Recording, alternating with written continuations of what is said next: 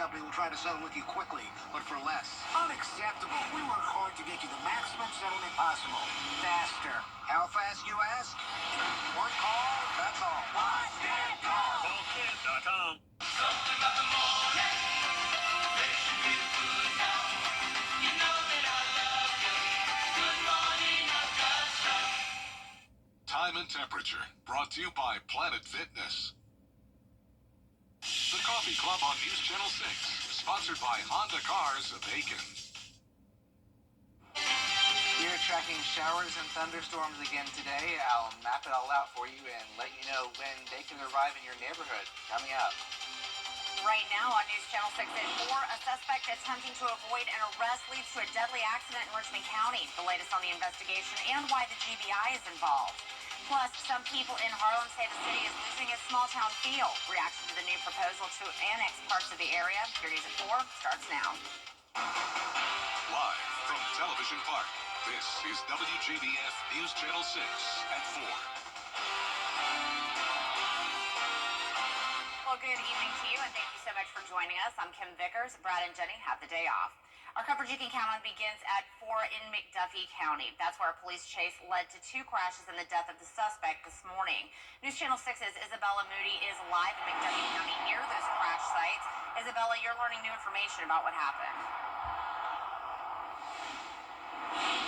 Kim, this all started when the police tried to serve a warrant related to a homicide. Several other agencies were there when the suspect took off in a pickup truck. During the chase, a motor carrier compliance division officer's truck was overturned. Authorities say he was not injured. The chase continued and the suspect's vehicle crashed into another vehicle and caught fire. Investigators say the suspect was pronounced dead on the scene. Now we're still working to find out who the suspect is and what charges they were facing. That's all the information we have for now, but we will keep you updated as we learn more.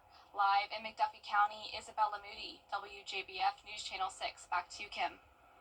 Isabella, thank you. In Richmond County, a man is in custody after a standoff with police. It happened this afternoon. The Richmond County Sheriff's Office says the suspect, identified as Terrell Crawford, ran and barricaded himself inside a home on Hunter Street in Augusta. SWAT then evacuated nearby homes and an apartment complex just to be safe. Crawford surrendered to authorities and is facing multiple charges, including felony theft, burglary, and criminal attempted carjacking. Authorities say additional charges may be coming. And we're going to send it on over now for a quick first check of your forecast with meteorologist Miller Hyatt. Miller, it was lots of thunder out there just a little bit ago. Yeah, we have storms surrounding us here at WJBF Television Park. Right now, as we look at Live Viper 6 here, notice we have these pop-up showers and storms very similar to yesterday. We were talking about those storms bringing in torrential rain, and that's going to be the main story today. The severe threat is lower than yesterday, but we're still going to be seeing those gusty winds and torrential downpours. So speaking of torrential downpours, we have an aerial flood advisory for Saluda County here, including Saluda. This is where we've seen upwards of 3 inches of rainfall here, near 1.5 in Saluda and over 2 inches over towards Jones Crossroads, an isolated spot up to 3 inches of rain. So we could see some isolated flooding in low-lying areas and poor drainage areas. So we're also looking at some storms across portions of the central CSRA. Right now we're looking at some storms just south of Edgefield, and another storm over towards Camp Long along I-20. Augusta itself is looking pretty dry, with the exception of North Augusta seeing some light rain. Of course, we're seeing that thunder and lightning. So very cloudy over in Aiken as we are sort of in between storms. The other big stories, the big warm up today, 83 degrees in Augusta, 84 in Louisville. Dew points are in the 60s, so definitely a summer-like day here with a southeast wind. We have a sea breeze helping push those storms into the area, and we're going to see those storms increase in coverage tonight. So a pretty good shot of seeing thunderstorms. And then tomorrow we start to lower those chances of storms, but we still do have that 30 to 40% chance, and that continues into the weekend. I'll have the rest of the details coming up, Kim. Miller, thank you. It's the price of progress in downtown Augusta, a lot less green. If you haven't been downtown lately, the landscape is changing. Broad Street is being clear-cut of its trees to make way for the road enhancement project. 300 trees are being removed. Even those aware of the plan say it's a shock to see. Version of that. I'm really upset about the trees. They bring a bunch of shade for all the cars and people who walk downhill, who come downhill. Shade for the people who live down here and all the businesses.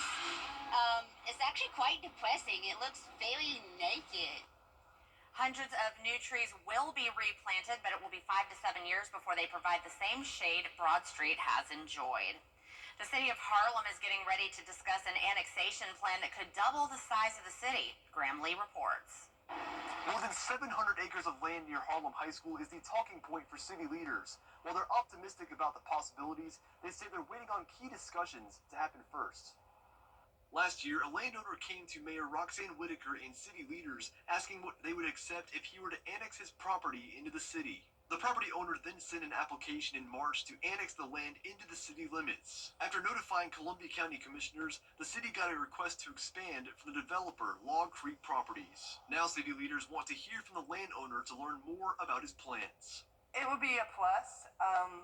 Of course, we welcome anyone to our city, and we consider those outside our city limits Harlem people. So it would just add to our charm.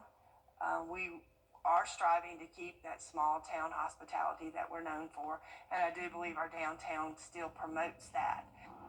Whitaker says she and city council members will discuss the annexation plan at their meeting next week on April 28th. They will take input from the public, but they need to sign up by 2 p.m. Friday. In Harlem, Graham Lee, WJBF, News Channel 6. Well, several local high school seniors rewarded for their hard work by the Exchange Club of Columbia County today. The organization awarded scholarships at its annual breakfast this morning. Take a look. And anything that we can do to help these students go and further their education. When you hear these students and see them, they are amazing. And the things that they are going to do in our community are just incredible. And so we want to support them in every way that we can. Every year, the Exchange Club of Columbia County gives scholarships to 6 seniors. The president of the Exchange Club tells me she's always impressed by the applicants and their achievements. These kids excel in their educational pursuits. I mean, these are top students, and yet they're also volunteering. They are giving so much back to the community. They're just involved in so many things, and it's just incredible. One senior from each Columbia County high school is awarded a career, technical, and agriculture education scholarship toward their next steps. One student is awarded the Accepting the Challenge of Excellence scholarship for overcoming major hardships. It was after 7 months of waking up in the middle of the night with tremendous jaw pain that medicine couldn't help. We ended up after going to dentist to dentist, we went to the Dental College of Georgia, and they ended up biopsying the area and sent us back over to the Children's Hospital, where we then found out that it was leukemia. A student at Harlem, Cassidy spent most of her freshman year homebound, completing her schoolwork while going through chemo. Despite losing her hair and weakness from treatment, she went back to school, even making the cheer team. She says the support she received from her classmates meant everything. I experienced a lot of support, which I was just shocked from the amount of people I didn't even know coming up and supporting me, whether it be through a meal train or giving gift cards or money. It was just crazy the amount of support that I had. Cassidy will attend Augusta University after graduation and major in biology. Then she hopes to move on to the Dental College of Georgia and work towards becoming a dentist. Well, coming up, a preview of the NFL Draft. Plus, NASCAR heads to Talladega. A live look now at the Speedway where drivers are preparing to start their engines. Up next. The Augusta Air Show is this weekend, and the only thing that we're going to be seeing as far as our weather is a few storms and also some warm temperatures. I'll have details coming up. Every day, ordinary people in the CSRA do extraordinary things to serve our community. Each month, News Channel 6 recognizes these outstanding volunteers with the Giving Your Best Award. Do you know an everyday hero who goes the extra mile to help others? Nominate them for the Giving Your Best Award by visiting WJBF.com and filling out the entry form. Sponsored by Science Co., Beat-Lot Augusta, Security Federal Bank, and News Channel 6.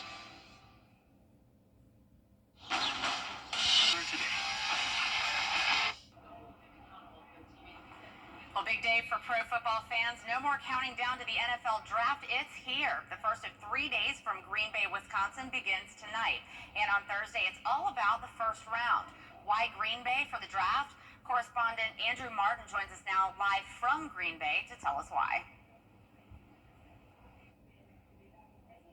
Well, Kim, why not Green Bay? We all know it's a small city, but it is an NFL city, of course, and the Green Bay Packers have had a lot of success. They won the first two Super Bowls, in fact, going back to the mid-1960s. So when the NFL decided to take its draft on the road beginning in 2015, Green Bay bid for the draft. And there were some concerns, of course, over the size of the city, the amount of hotel rooms, the weather, which isn't bad. It's a little cool, but it's actually quite pleasant here right now in April. Wouldn't want to be here for a Super Bowl in February, and there's a lot of reasons why that probably won't happen in the NFL's future, but Green Bay had to convince the league that this is a place where it should hold its second biggest event, and the league finally acquiesced and said yes, and so far, I can tell you, having been on the ground here now for a few days, Green Bay has put on a show, and what's unique about this particular setup is Lambeau Field is actually in a residential area. There are fans who live a block away from the stadium. It's pretty incredible.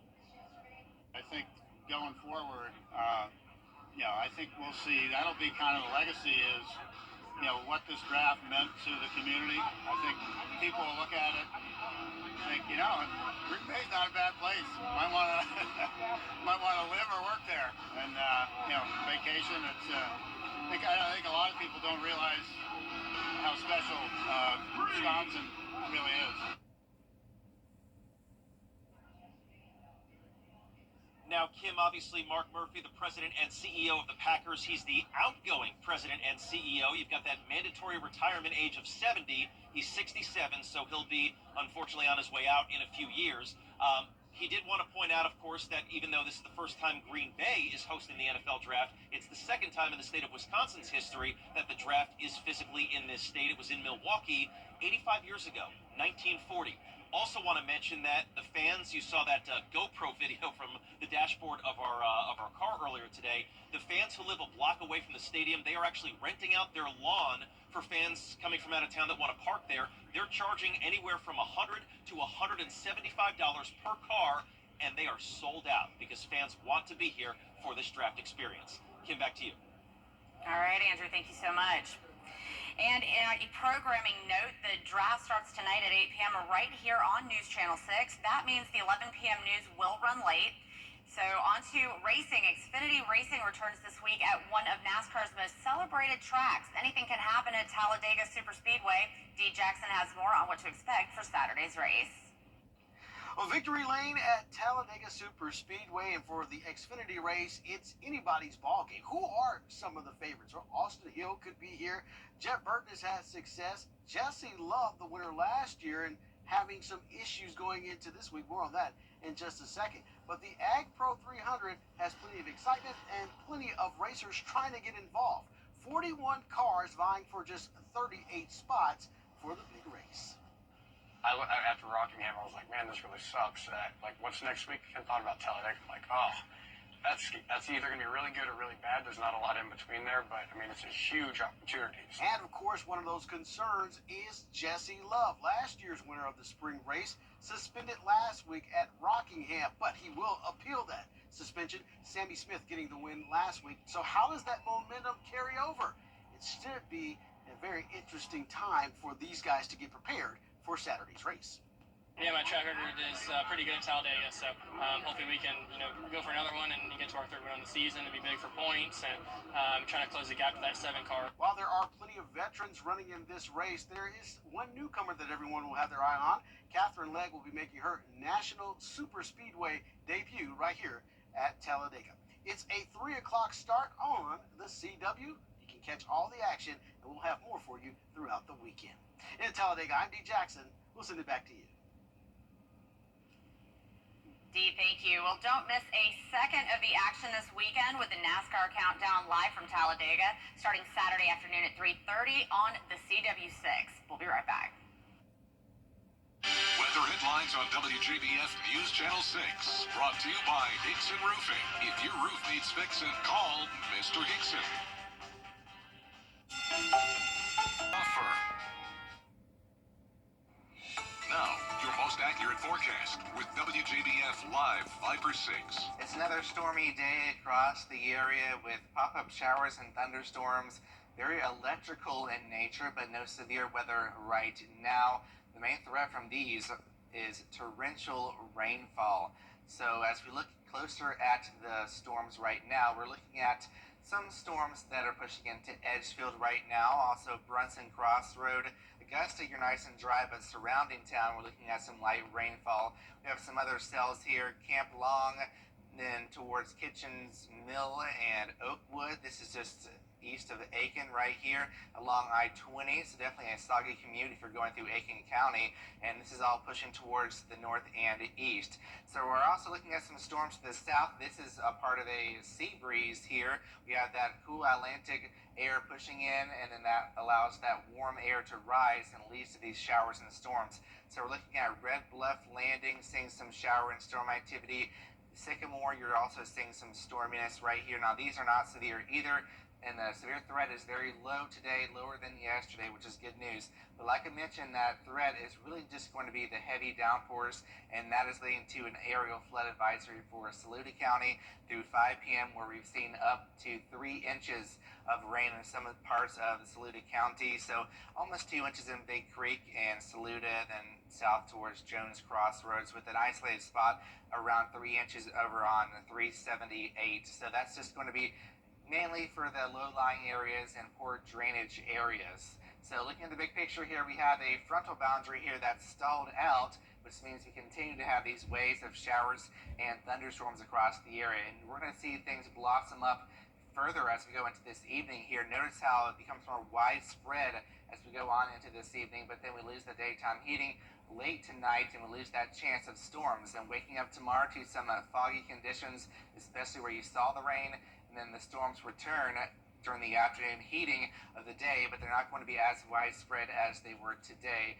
And then we're going to be looking at a cold front that's going to be on the way going into Saturday. That's going to spark a few more storms, but that chance is even lower than tomorrow's threat, which is good news if we're going to the Augusta Air Show. So looking at Futurecast, a closer look at things on our high-resolution model. Here's 7 p.m.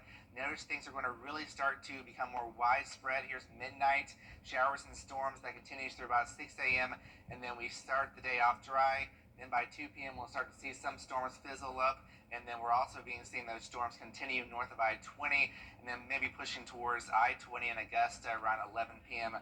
Friday night. No severe weather expected, which is good news. Then waking up on Saturday, more of the same, and then we're looking at another round of some spotty showers and storms north of I-20 going on into the afternoon and evening. So here's your 10-day forecast. Looking at the storm chance lowering tomorrow and Saturday, and then a brief cool down, high near 80 degrees on Sunday, lows in the 50s, and then we're warming back up to near 90 degrees by the end of next week with the chance of showers and storms.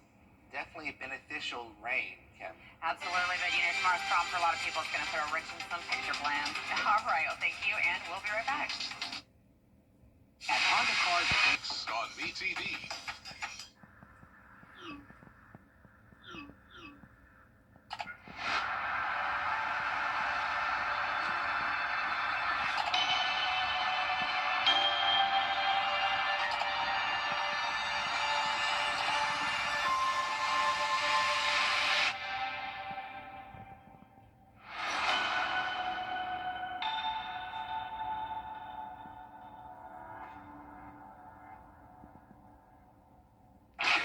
Discounts up to 75% off, from electronics to home decor to everything in between. It's a new deal every week. Just scan the QR code or head to WJBF.com and click on Marketplace to start saving now. Well, a Toys R Us live-action movie is in the works. The toy store brand has partnered with Story Kitchen on the project, according to a report in Variety. They say the movie about a night at the museum will capture childhood wonder with a fast-paced adventure that taps into the brand's 70-year history. It's very early in the development process, so no timetable or other details were announced. That sounds really cool. Toys R Us been around forever. Well, there's more coverage you can count on at 4:30, including what are the chances that sports betting could come to South Carolina, the push for it and against it.